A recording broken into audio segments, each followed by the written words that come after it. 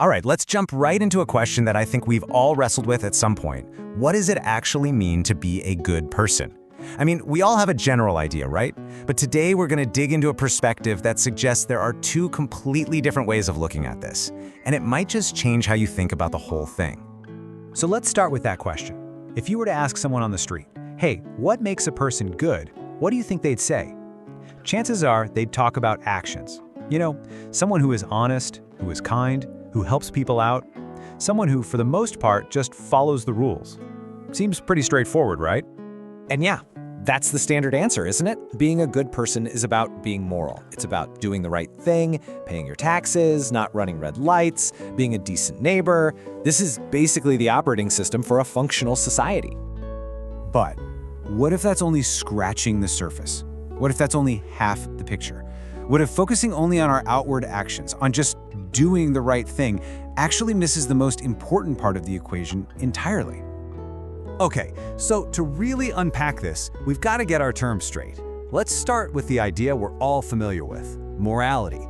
For our conversation today, let's think of this as the outward standard. So from this viewpoint, morality is a system of right and wrong that comes directly from the society we live in. And because society is always evolving, so are its moral standards. I mean, think about it. What was considered totally normal 100 years ago might be completely unacceptable today, and vice versa. The main goal here is pretty simple. Get people to behave in a way that lets us all live together without chaos. So what's really driving this kind of moral system? Well, it's all about those external rules. It's focused on what you do, not necessarily who you are on the inside. And a lot of the time, the motivation to obey is, let's be honest, fear of getting caught. Fear of a ticket, fear of getting fired, or just fear of what other people will think.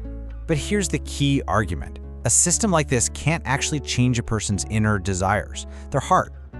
There's this really powerful analogy from the book of Matthew that just nails this idea.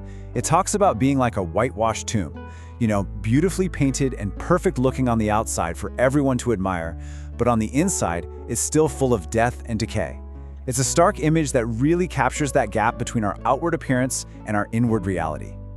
And that right there is the fundamental limitation we're talking about. You can have someone who follows every single rule to the letter, they never speed, they're polite to everyone, but on the inside, their motives could still be driven by pride or selfishness or fear.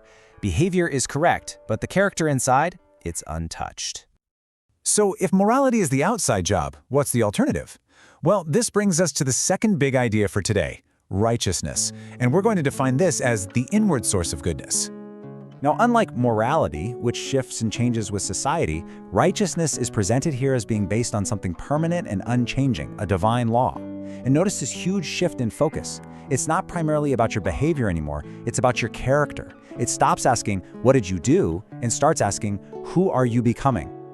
And this is where the why behind it all gets really interesting. While morality is often driven by fear, righteousness is said to be motivated by love. It's about wanting to do the right thing because you genuinely want to, because your very character has been changed, not because you're afraid of what will happen if you don't.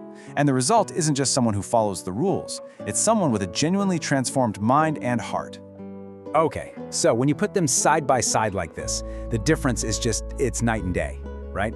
One system is external, it's always changing, and it's policed by fear. The other is internal, it's permanent, and it's driven by love. One is all about managing behavior, while the other is all about a transformed heart. All right, this all sounds great, but it brings up a huge question. I mean, if righteousness is this deep, internal thing, this standard of character, how on earth does anyone get there? If just trying harder and following more rules isn't the answer, then what is? Well, the perspective here is, it's pretty radical. It suggests that even our very best attempts to make ourselves righteous, to be good enough on our own, are seen as fundamentally flawed. A passage from the book of Isaiah actually describes our best efforts as being like filthy rags. So the argument is that this isn't something we can build or earn on our own steam. So if we can't do it ourselves, if we can't achieve it through our own efforts, that leaves a pretty big mystery hanging in the air. Where does this profound internal change, this righteousness, actually come from? How does it happen? And this is where we get to the absolute heart of the matter. Righteousness, in this view, isn't an achievement at all, it's a gift. This quote from the book of Romans really highlights that. It's something that is received, not earned. It's a transformation that doesn't come from human striving, but from divine grace.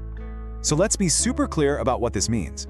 The gift being talked about here isn't a gold star for good behavior. The gift is the change itself, a fundamental internal shift in who a person is. It's a change of heart that then naturally leads to a change in action. Okay, we've defined morality, we've defined righteousness, but so what?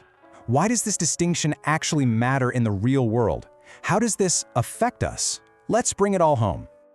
This might be the single most important idea we've talked about today. You see, following a moral code, no matter how hard you try, can't guarantee a change in your inner character. But, according to this view, if you have a genuinely transformed character, true righteousness, then moral behavior will naturally and consistently flow out of it. It becomes the fruit, not the root. And that leads to this really profound thought about society. We can create thousands of laws to control behavior. We can legislate morality all day long. But you can never ever pass a law that forces someone to have a pure heart. You just can't legislate genuine goodness. So what this is really arguing is that our attempts to fix the world's problems by just adding more rules and regulations are ultimately going to fall short. They only address the symptoms, the outward behavior.